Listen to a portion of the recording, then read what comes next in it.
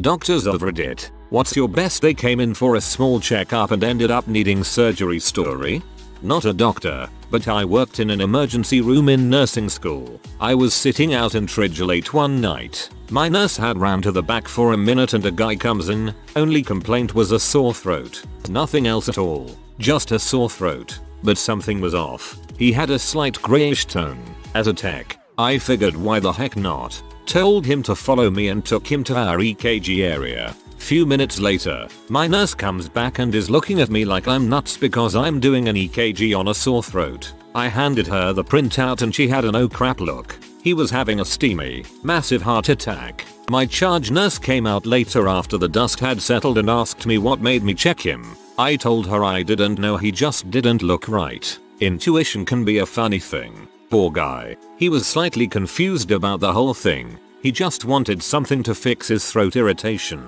As someone who nearly died because the doctors did only look for horses, not zebras, I'm glad to read that there are other examples where the zebra ist found in time. Keep listening to your intuition. I went to my doctor thinking I had a bladder infection. I felt like I had to pee every 5 minutes. Doctor found nothing but sent me for an ultrasound.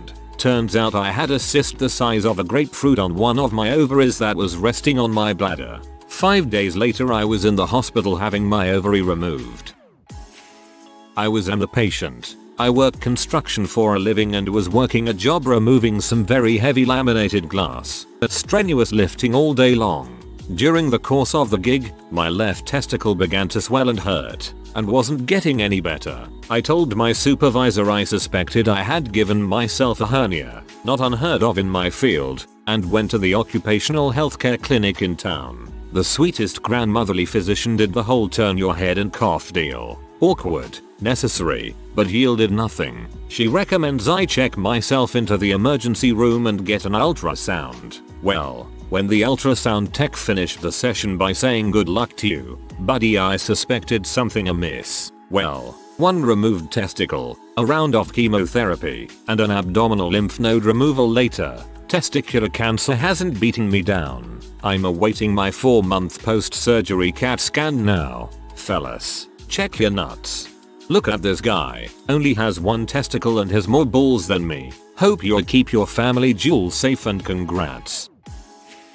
I remembered a second one. I teach an EMT class on the side and we were going through rare medical conditions that you can identify with little to no equipment. Your aorta is the biggest artery in your body and if anything happens to it, it's a big problem. It can develop an aneurysm. Think a semi-failure of the wall, causing it to balloon out to the side, pending full rupture. I'm explaining the ways you can identify this in the field, one of which is to take both the radial pulses, wrist, simultaneously. They should beat together. If they are beating off tempo, that can be a sign of an aortic aneurysm.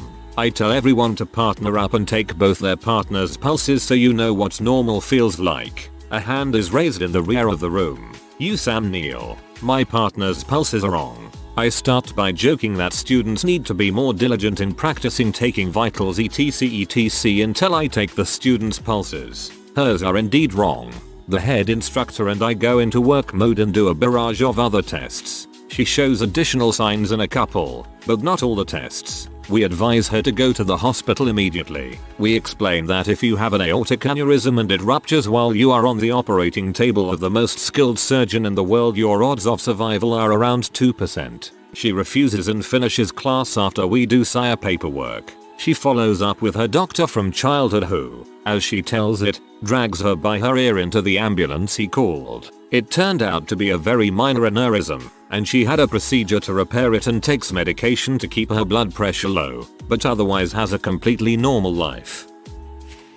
Not a doctor, but a paramedic of Reddit. When I was a brand new medic we got a call Sunday morning for a 20-something-year-old male vomiting, with a small amount of blood in the vomit. I speak 2 languages. My partner at the time was from a former Soviet bloc country and spoke about 5 fluently. Believe me when I say this guy got cursed out the entire ride to his house in 7 languages. A 20-something-year-old called because he was throwing up on a Sunday morning? Dude, you have a hangover FFS. We arrive and are met downstairs by his girlfriend who is panicking and confirms they went out drinking the night before. We roll our eyes, grab our gear and head upstairs. As soon as we see the patient our tone changes. Guy is Asian, but is paler than printer paper, soaked with sweat, is cold when I touch him and is barely conscious. I look next to his bed and a small amount of blood in the vomit is in reality a medium-sized garbage can, almost 1 stroke 4 full of straight blood. His blood pressure is low, around 70/30. His heart rate is compensating by beating at about 160 times per minute. We get a big IV in him and replace about a liter of fluid. His vitals improve. He comes around enough to answer questions. He says he drank 2 beers last night and smoked some pot. He says he has never been able to have more than a few beers without getting sick for days. I ask about his medical history and he says he has had general digestive issues his whole life but never anything like this, just has to have a low-fat diet or else horrific diarrhea, bad hemorrhoids, low-grade abdominal pain constantly but has never been given a clear diagnosis. It's nothing on paper to go from. We get him to the hospital and drop him off in critical. In one of my only true Dr. House moments, as I'm walking out I tell the trige nurse exactly what the issue is. From the deepest depth of a half-slept-through lecture during paramedic school, I remember all these symptoms. He has an undiagnosed liver issue, which is causing blood flow through his liver to get backed up. When the liver doesn't work properly, you can't digest alcohol or fat effectively. When blood starts backing up it causes portal hypertension which causes hemorrhoids and basically hemorrhoids in the esophagus, called esophageal varices. One of these varices has popped and he was bleeding out through his esophagus. One of the only times I have correctly diagnosed a problem beyond hey this drunk guy has been drinking alcohol. Dang, that is definitely a Dr. House moment. A couple years ago, my mom was experiencing crazy back pains. She went to this one doctor every so often to get some pain medication and that doctor, for the life of him, couldn't find anything wrong with her, but could tell she was experiencing major pain, so gave it to her. One day, she's going in again and her doctor is out so she has a different one. While being checked up, the doctor says, "So you're here for the broken back?" Then and my mom was really confused. Apparently, in 1999, she had been in a car accident where a tanker truck carrying gas rolled over her car and crushed her inside, but nobody had apparently noticed that her back was broken for almost 16 years. She had surgery on the day of my birthday and she's been a happier and more easygoing person since. I'm not a doctor but I still have a story. My dad had a bad stomach ache. Didn't know the cause. It was bad, but we thought it was just a bad case of food poisoning. He was in emergency and the doctors saw a burst appendix, so they took him in for surgery, opened him up and it was stage 4 cancer. He had several tumors removed and had to go to chemo. On chemo, got better, then got worse, another surgery, deteriorating health, just pure chaos. This was 4 years ago. He died just last year. Well, I'm sure he lived a good 3 years afterwards. At least I hope he did. R.I.P. Doctor here. I had one a few months ago sent into the hospital by his primary care doctor with shoulder pain. He said he felt absolutely fine, just a really uncomfortable right shoulder pain that hadn't gone away for a couple of weeks. He maybe felt a bit more tired than usual and oh, come to think of it, had lost quite a bit of weight recently and none of his clothes fit him anymore. I went to examine him and had what we describe in the profession as a heart sink moment. He was jaundiced, and his abdomen was absolutely solid in the right upper zone from a huge, craggy liver. Get him in the CT scanner and he is just full of cancer everywhere. Couldn't even work out which was the primary. The shoulder pain is what we call referred pain and is commonly caused by diaphragmatic irritation, in this case from all the liver masses pushing against it. Bless him. I think about him a lot. I'm the patient. I went to my doctor because I was tired. I asked to get my hormones checked, but my doctor is thorough and did a full exam and workup. During the internal exam, I'm a lady, she said she felt something weird and referred me out for an ultrasound. I had an external ultrasound and a transvaginal ultrasound that took nearly an hour with the tech snapping pictures the entire time. Super fun ass. Unfortunately the ultrasound didn't show anything clearly. Whatever was wrong with me wasn't an issue with my uterus. My doctor referred me out for a CT. I went in, drank the gross goop, and they took a bunch of pictures of my pelvic region. I get a call from my doctor who says I need to meet with a surgeon right away. I get an appointment the next week. If you haven't had a CT scan done before, it's a series of images that are slices of your body shown as contrast in black and white. As the surgeon scrolled through the images, they showed the inside of my pelvic region slowly becoming full of white as he scrolled up and down my body. I had a tumor the size of a football in my pelvic region, and the only symptom that prompted me to go in was feeling so tired I couldn't finish a normal gym workout. Looking back, I also realized that I still felt like I had to go to the bathroom sometimes even though I had just gone because it was putting pressure on my bladder. They scheduled surgery for a few weeks later. Because it was my entire pelvic region, they weren't sure what they would find when they went in, like what was tumor, what wasn't, and what it was attached to. There were at least 3 specialists in the room with my general surgeon. It was actually much better than thought. Took about 2 hours to remove. No major organs involved other than a few internal lady bits, and only minimal side effects. The biopsy showed it was benign.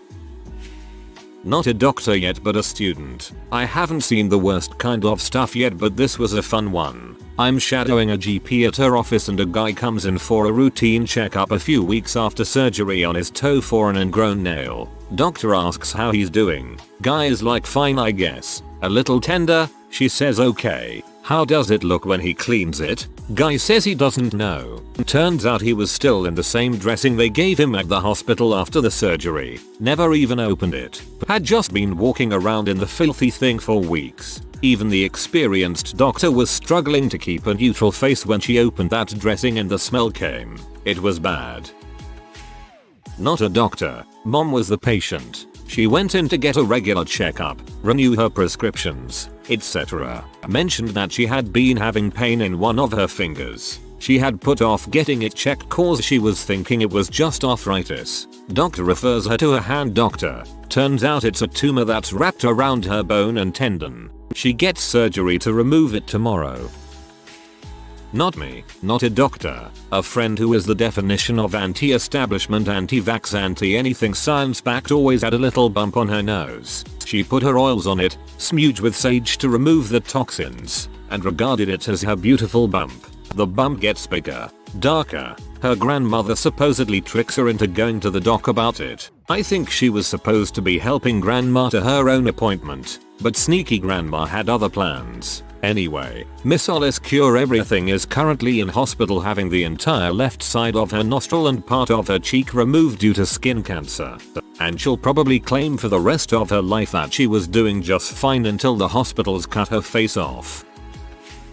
Not a doctor, but the patient. Went in to get my shoulder looked at because my rotator cuff was being a bit of a dong. No one had looked at me shirtless in at least a few years beforehand. So imagine the collective surprise when we discovered my mild scoliosis had progressed to a visible deformation. I just got extra unlucky in that I developed an 84-degree curve one way and an 85-degree curve the other way, so I never developed the telltale scoliosis lean. Ended up having spinal fusion done within 5 months because it would have been dangerous to do it any later. Not a doctor, but my dad has a pain in his back for a week or two. So he went to the doctors to make sure it wasn't more than a pulled muscle from catching for me when I practiced pitching in middle school. They did some scans, and he ended up being diagnosed with lymphoma. I like to say my wild pitching saved his life. He's been in remission for a few years. Never figured out what the back pain was. Could have been referred pain. Not a doctor, but my dad's skin was itching a lot and creams or allergy meds weren't giving relief. Went to the doctor and found out it was stage 4 liver cancer. He died 2 weeks later. We were all nuts for a while after that one. I am so sorry for your loss. I'm not surprised you were all nuts after that kind of shock. Itchiness seems to be a symptom of several very serious endocrine things, to the point where I think it should be better known as a danger sign. Obligatory not a doctor. This happened to an old co-worker of mine. I was a supervisor at a truck terminal. One of our delivery drivers was moving a pallet in his truck when the wheel of the jack caught some debris on the floor of the trailer, and he pulled something in his abdomen. He went to the doctor either that evening or the next day, and in the middle of the exam, the doctor basically just stopped and told him to go to the hospital like right away. It turned out he had a baseball-sized tumor in his abdomen, and it wound up being malignant. He died like half a year late. R.I.P. Jimmy. My mother was the patient. She and my grandmother had been in a car accident with a drunk driver and were being checked out for whiplash and such. As they're signing discharge papers, a surgeon comes running into the room and says my mother can't leave. Apparently she was missing her top 3 vertebrae. Her neck was being held in place purely by muscle. She was one of a handful of people ever found with this problem past the age of 2, and most are only found on autopsy, so they ended up taking a chunk of her hip bone, sculpting it, then fusing it all together with enough wires to set off metal detectors for years. Not a doctor, daughter of a patient. For years my dad complained of gut pain. He went from doctor to doctor and they all said oh it's just a stomachache or even it's all in your head. Dad went to one doctor that took him seriously and did a scan. Turns out his gallbladder had died. Hey, that just happened to me. Cheers to your dad.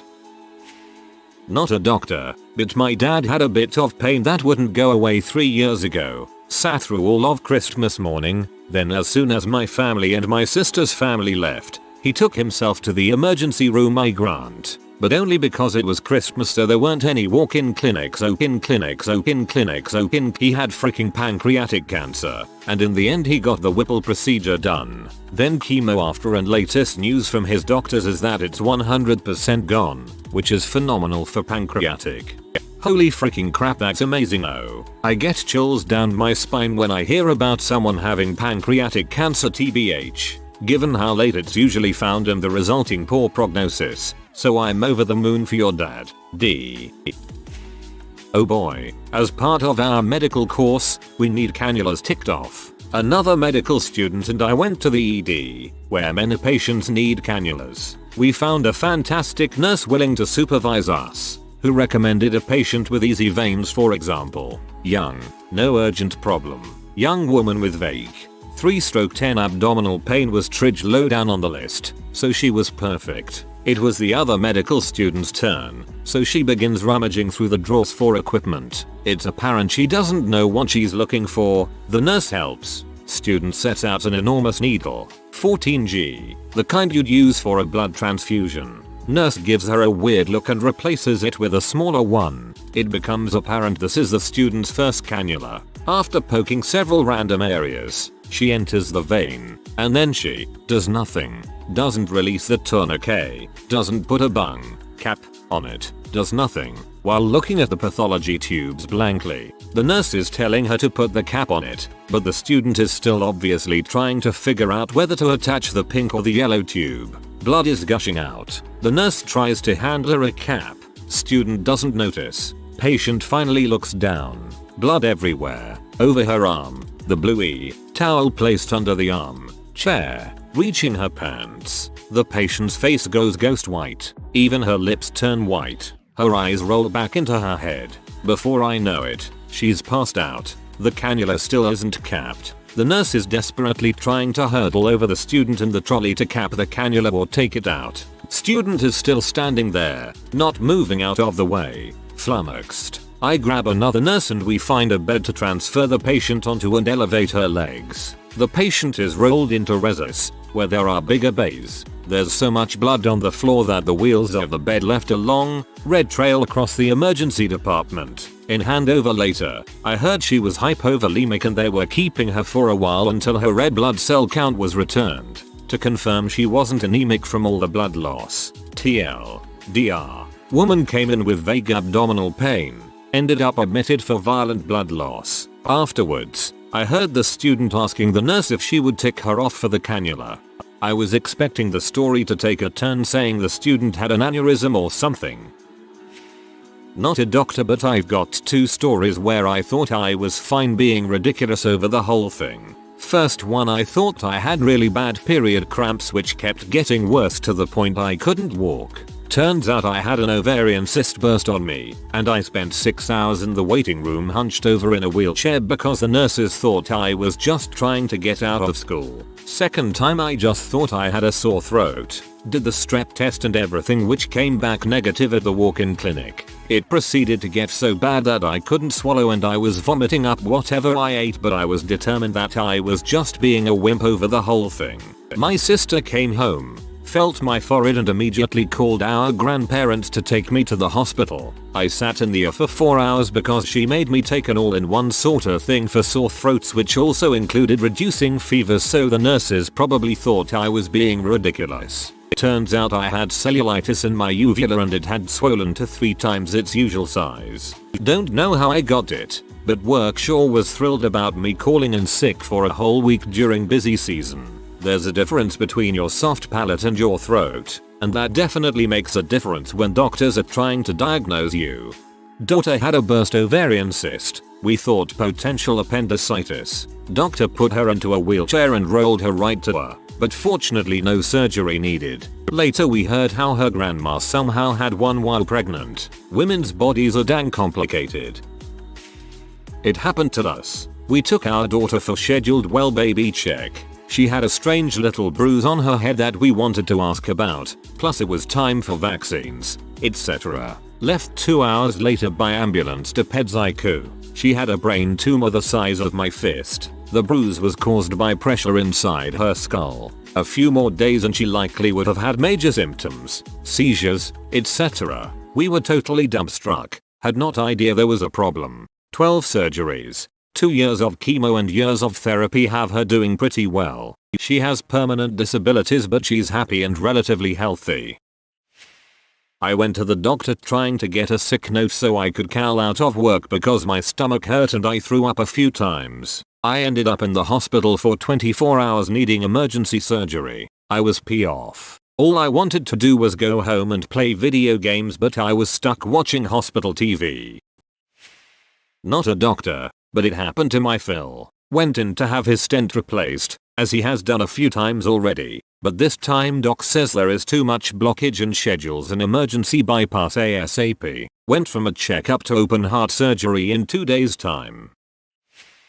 Not surgery, but I had a guy come into the emergency after an unwitnessed collapse. He was young, early 50s, but had been diagnosed with a myriad of what are often known as exclusionary diagnoses, such as chronic fatigue syndrome. If nothing else can be found to relate to a patient's symptoms despite numerous investigations. From what I could discern, he'd been seeing his doctor for years for motor symptoms and weakness, and they'd always told him it was all in his head. Well, they weren't wrong. I did a scan and found a bleed tumor. Tried to follow up, but as far as I could determine, he self-discharged. Definitely explained all the symptoms he'd been experiencing all these years.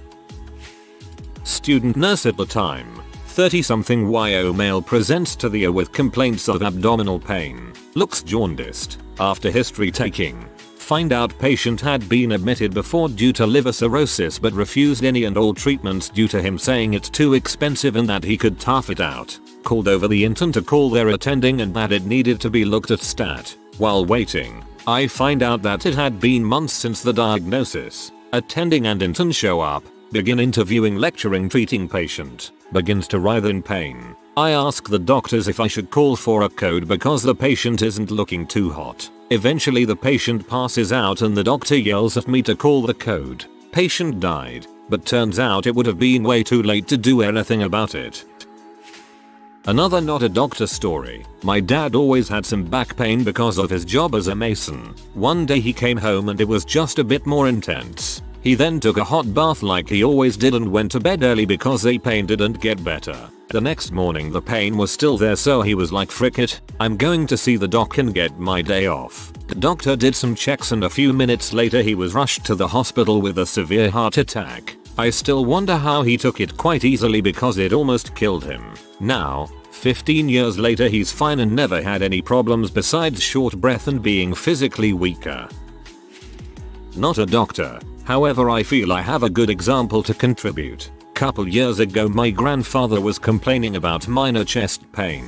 He said it was only when it was cold outside and he found it a little hard to breathe. This is the first time in his life this happened, so he didn't know what it was. We ended up taking him to the doctor, expecting it to do with the cold weather taking a toll on his 81-year-old body. After a couple appointments, He found out he needed a triple bypass. In very brief terms, for those who don't know, a triple bypass is clearing any obstruction from 3 of the 4 sections of your heart. Had we not taken him for this small doctor's appointment, who knows how much longer he had before the lack of blood stopped his heart. He got the surgery ASAP and he's still alive and well today. If you are new to the channel, you can subscribe. I publish new videos every day. Until then, check another video.